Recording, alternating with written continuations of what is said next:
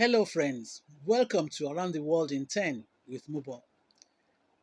This week on this channel, I will be my searchlight on a topic that's trending.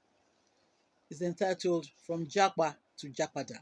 The JAPA phenomenon actually took root in the last 4-5 years because so many middle class professionals relocated in droves, some through pathway of education, go back to school, some work, some business.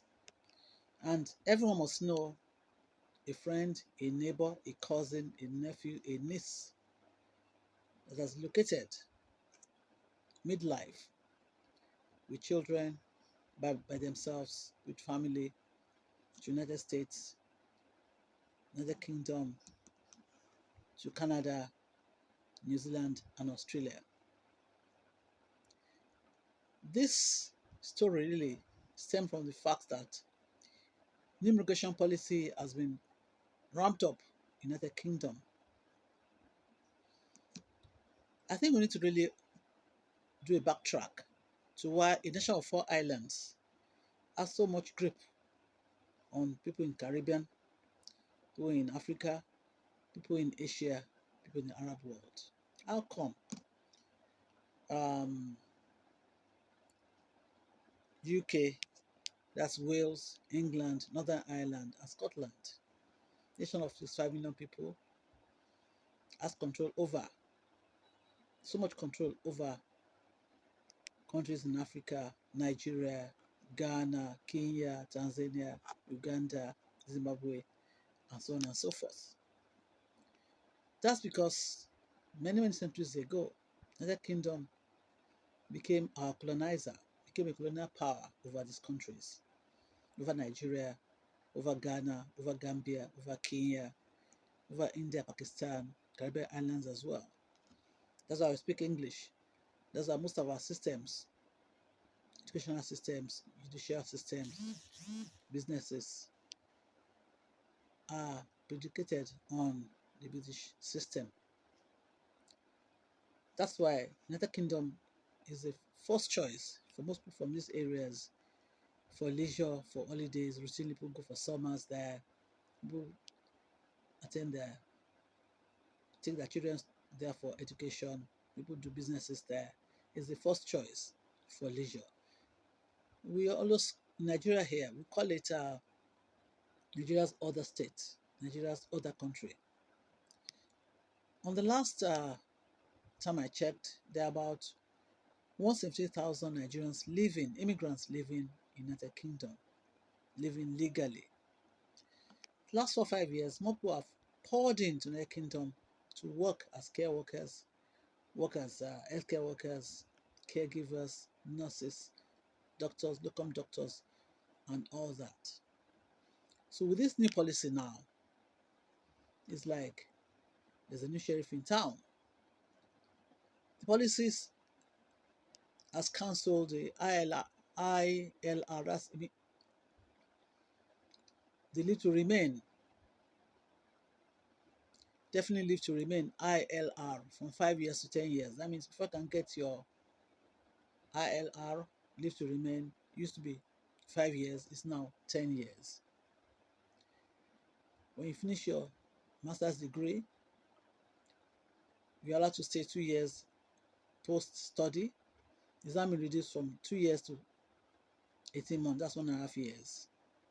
And the visa that people use as a pathway to come to United Kingdom has been taken off the table indefinitely. That's a caregiver visa. Foreign workers have been banned from coming over as caregivers. That is the crux of my discourse today. If you're already in the United Kingdom, I don't think it should be all gloom and not sadness by now. The policy is quite harsh, it's quite unexpected, but it's been rolled out. I'll see it as a silver line. There's a silver lining there. If you have been there for some time and you have acquired some skills and you have got some savings, I think this time now for you to start thinking the way some people have been thinking, There's a trend I've been observing. People have jackpot. Some are now JAPADA, that's returning home. The returning crew are getting more and more and more. There was a lady that's been in the United States for so long. She came back home to start a bespoke hospital. She started a hospital in Lagos. She brought back the skills, and the hospital was funded by her classmates who invested in the business. She brought the skills, she got the land, she built it up to a point she needed funds. She now called on her old classmates who became equity owners in the business. I know of another man that returned to the United Kingdom to start a farming business. The skills he's garnered with the funds he has and the expertise, his farm is different from the regular farming. Someone else also came back home.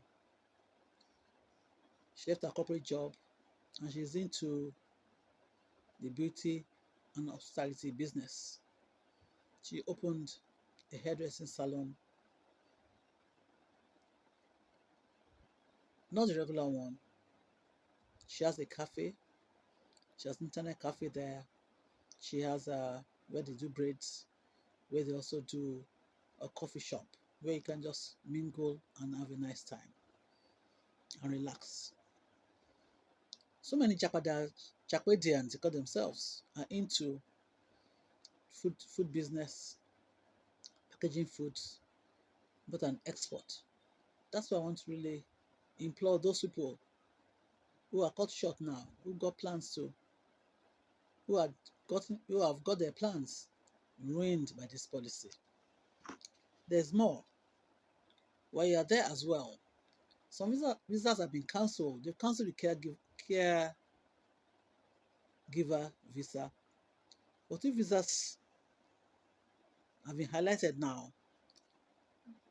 The one that's called Skilled Workers Visa and the Global Talent Visa. If you're talent for writing, if you're a creative person, if you're a filmmaker,